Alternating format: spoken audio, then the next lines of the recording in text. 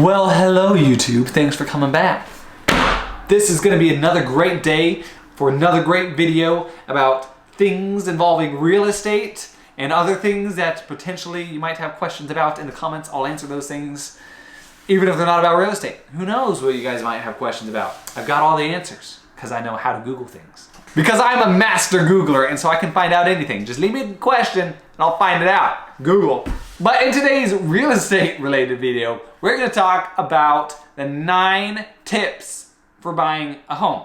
These are going to be some pretty broad tips. I'm not going to go through the whole process in super detail, but I'm going to give you some things to think about when you're buying a home, when you're making that next decision as far as making your move, wherever that might be. Think about these 9 things and it's going to help you make a better decision, a better investment, a better all the things. So stick around, 9 things. Remember to like this video, comment on this video, and also super subscribe to it as well, and I will wait for you to do so.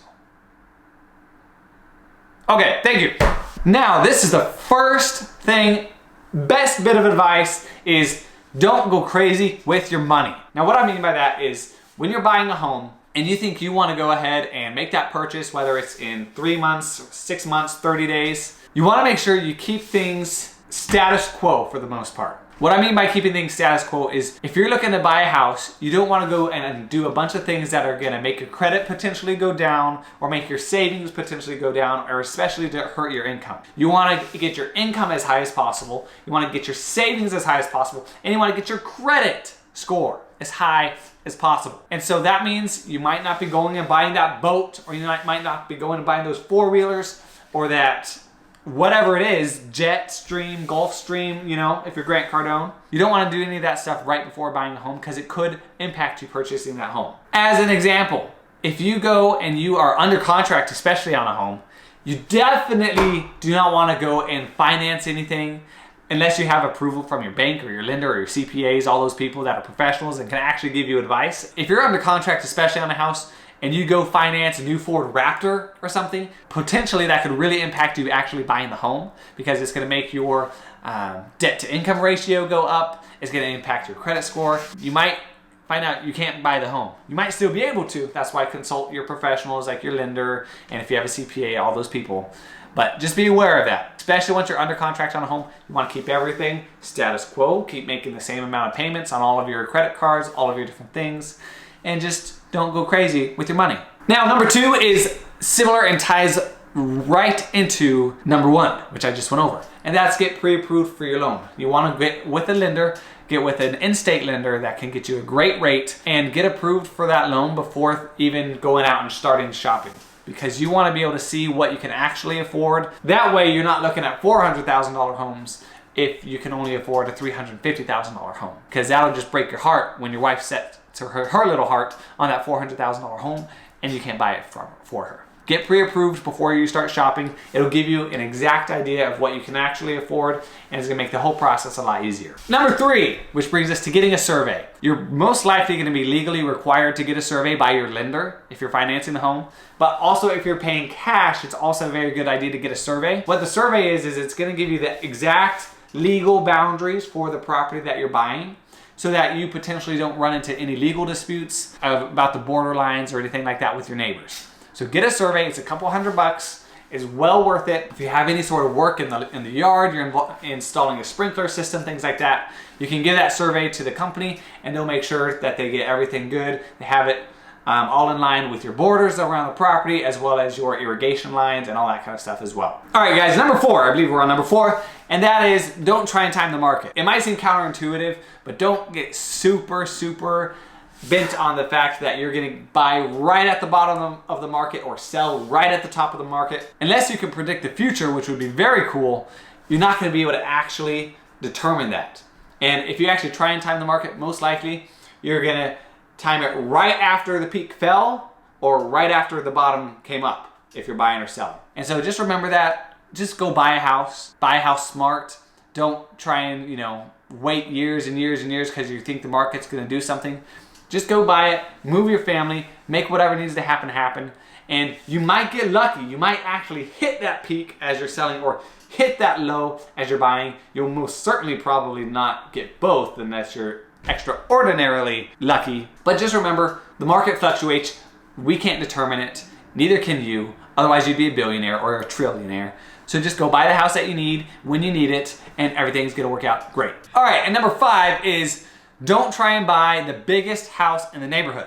Now, the reason for this is because home values over time are gonna appreciate. However, if you're the most expensive home in the neighborhood, you are going to appreciate less than the lesser expensive home. As an example, if you're in a neighborhood and there are $300,000 to $600,000 homes, you probably wanna be in the $300,000 to $400,000 range, because those $500,000 and $600,000 homes are going to cause your homes to appreciate more. And there's nothing pulling those $500,000 and $600,000 up, and so they're gonna appreciate less. If you wanna be in that $500,000 to $600,000 home, then go get a neighborhood where you're at a $500,000 or $600,000 home in the neighborhoods with $900,000 $1 million homes. And your home values are gonna appreciate more. So that's just a little tip to maximize your appreciation. All right, everybody, and tip number 6 is to know the actual cost of maintaining a home.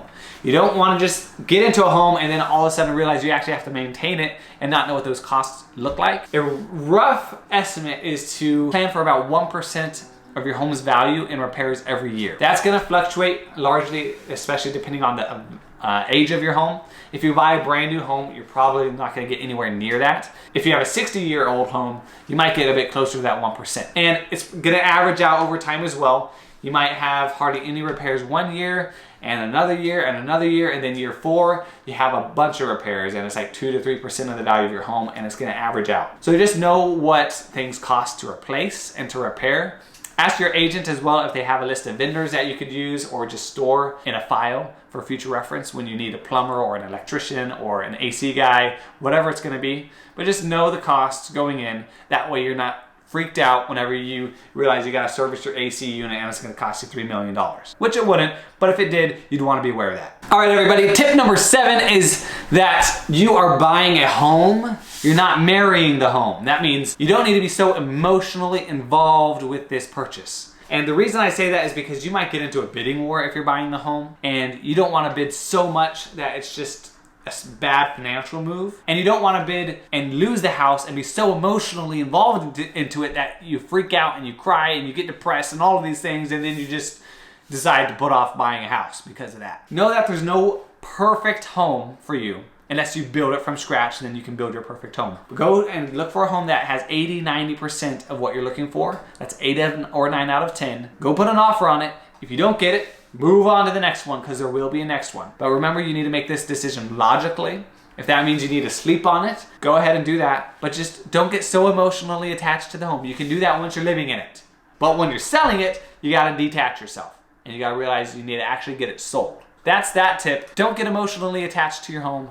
It's a logical decision, it's a financial decision, it's an investment decision in some cases. And so remember that. Tip number 8 is get an inspection on your home. Unless you are a contractor or a subcontractor and you know everything about homes and home building, the process, or you're an inspector yourself, you might not need to get a formal inspection. But for most people, 90%, 95% of people, you need to get an inspection on your home, because that guy is gonna come through, he's gonna give you a very detailed report about all the things that are not perfectly right with your home, which there's gonna be a long list, so be prepared for that. And that's gonna give you some ammo to renegotiate with the sellers.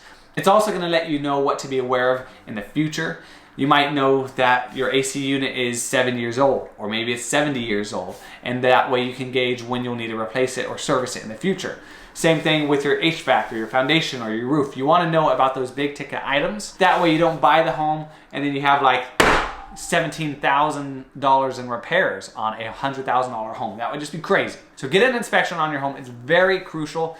It gives you basically the health report on the house. It's like a report card. It's gonna be very informative on your home purchase. And lastly is to go and drive the area. This is tip number 9.